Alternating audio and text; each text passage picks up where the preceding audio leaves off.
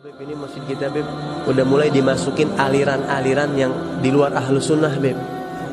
Gimana caranya? Gampang, bacain Ratibul Haddad. Assalamualaikum. Ratibul Haddad ini diberikan nama oleh Habibullah Haddad, namanya Al-Hisnul Hasin. Namanya Al-Hisnul Hasin, benteng yang kokoh. Baca Ratib itu benteng yang fadilahnya udah semuanya ada di situ karena isinya itu dari Rasulullah. Ya, Al-Habibullah Haddad meracik. Ibarat makanan, ibaratnya begini, itu kan Bismillahirrahmanirrahim ada dari Nabi. Kenapa harus baca Ratibul Haddad? Ente beli telur di pasar ada, tapi sama gak masakan ente sama masakan yang ahli masak? Nah, begitu. Ya, ini bacanya setelah apa? Ini bacanya yang mana dulu urutannya? Itu racikannya sudah, resepnya sudah diatur sama ahlinya.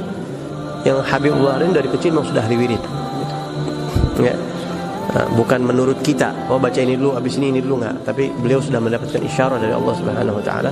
Kalau bisa diamalin tiap hari, jangan seminggu sekali, setiap hari diamalin Ratibul Haddad. Kalau perlu musola, masjid-masjid itu biasain dibaca Ratibul Haddad tiap malam.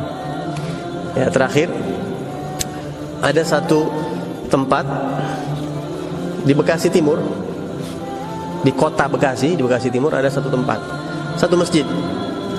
Ini orang masjid bilang, Beb, ya Allah Beb, ini masjid kita Beb udah mulai dimasukin aliran-aliran yang di luar ahlus sunnah Beb.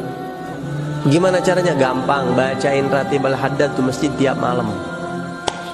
Insya Allah bukan cuma kabur dari masjid, itu orang-orang yang di luar ahli sunnah bakal kabur dari kampung ente insya Allah. Dibaca dan nyata, pada pindah semua, nggak betah, kepanasan, kabur semua. Ada satu tempat, Beb, kita ini nggak tahu Beb ini akidahnya apa Beb, ini orang-orang ini bacain Ratibul Haddad.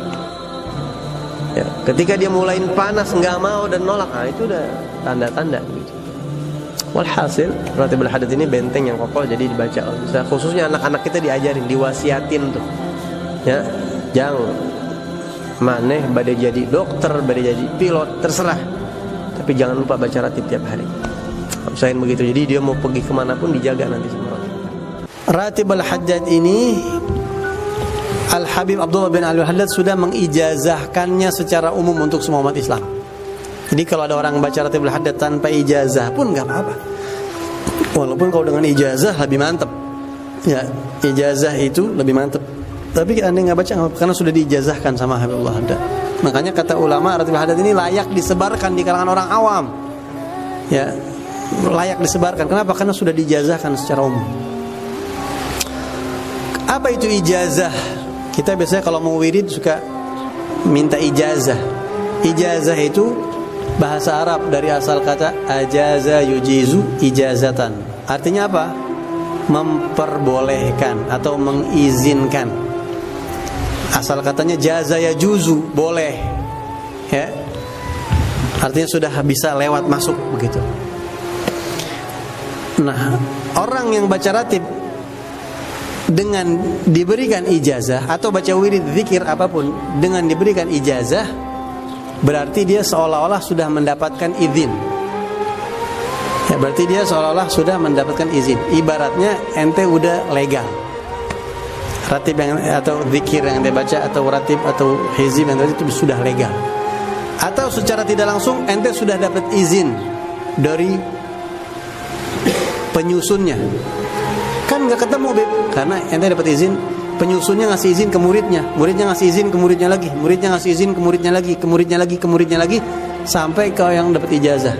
Dan penyusunnya itu biasanya kalau orang-orang soleh, para aulia, mereka dapat minta izin dulu sama Rasulullah.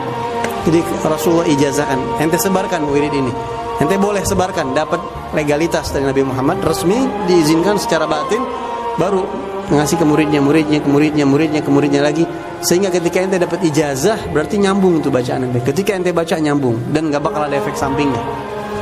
Ya, seolah-olah ente dilindungi, di backup sama guru-guru itu terus sampai ke atas, nggak bakal ada muskilah. Gitu. Jadi baca pakai ijazah tuh bedanya itu. Ya, seolah-olah kalau ente baca tuh kayak nyetrum gitu ke atas. Kerasa ke yang ngasih ijazah tuh merasakan pahalanya dapat kekirim terus begitu. Nah, tapi Ratibul Haddad ente baca tanpa ijazah sekalipun nggak apa-apa. Karena Habibullah Haddad sudah mengijazahkan ratib ini secara umum untuk semua umat Islam. Ketika ana datang kepada salah satu guru ana, Al-Habib Ali bin Hasan Baharun, dulu waktu ana awal-awal mondok begitu, ana bilang sama beliau, Habib, ana mau minta ijazah amalan apa aja dari antum. Amalan apa? Terserah antum, ana minta ijazah amalan apa aja. Ana masih ingat kata-kata beliau. Beliau mengatakan, syurutul mujiz wal mujaz ma'dumah indi. Ya, buat minta ijazah aja ana masih belum pantas, apalagi mau ngasih ente ijazah. Itu anak kayak ditampar gitu. Dan itu tamparan didikan. Ana malu, pede amat ana minta ijazah sama beliau.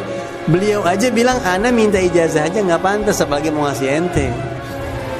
Dan begitulah para guru-guru kita tuh, masyayikh kita begitu. Sehingga kalau bisa nolak dulu, ana nggak pantas, cari yang lain. Kecuali kalau seandainya dilihat, pertama mungkin dapat isyarah dikasih, atau mungkin murid maksa, ya dikasih. Dan mereka yang memberikan ijazah, guru-guru ketika memberikan ijazah kepada muridnya, mereka itu orang-orang soleh, biasanya hatinya merasa tidak pantas, ya, tapi mengandalkan husnudzon si murid. Karena si murid husnudzon, maka dia insya Allah dapat keberkahannya gitu. Kalau mereka ngasih merasa nggak pantas.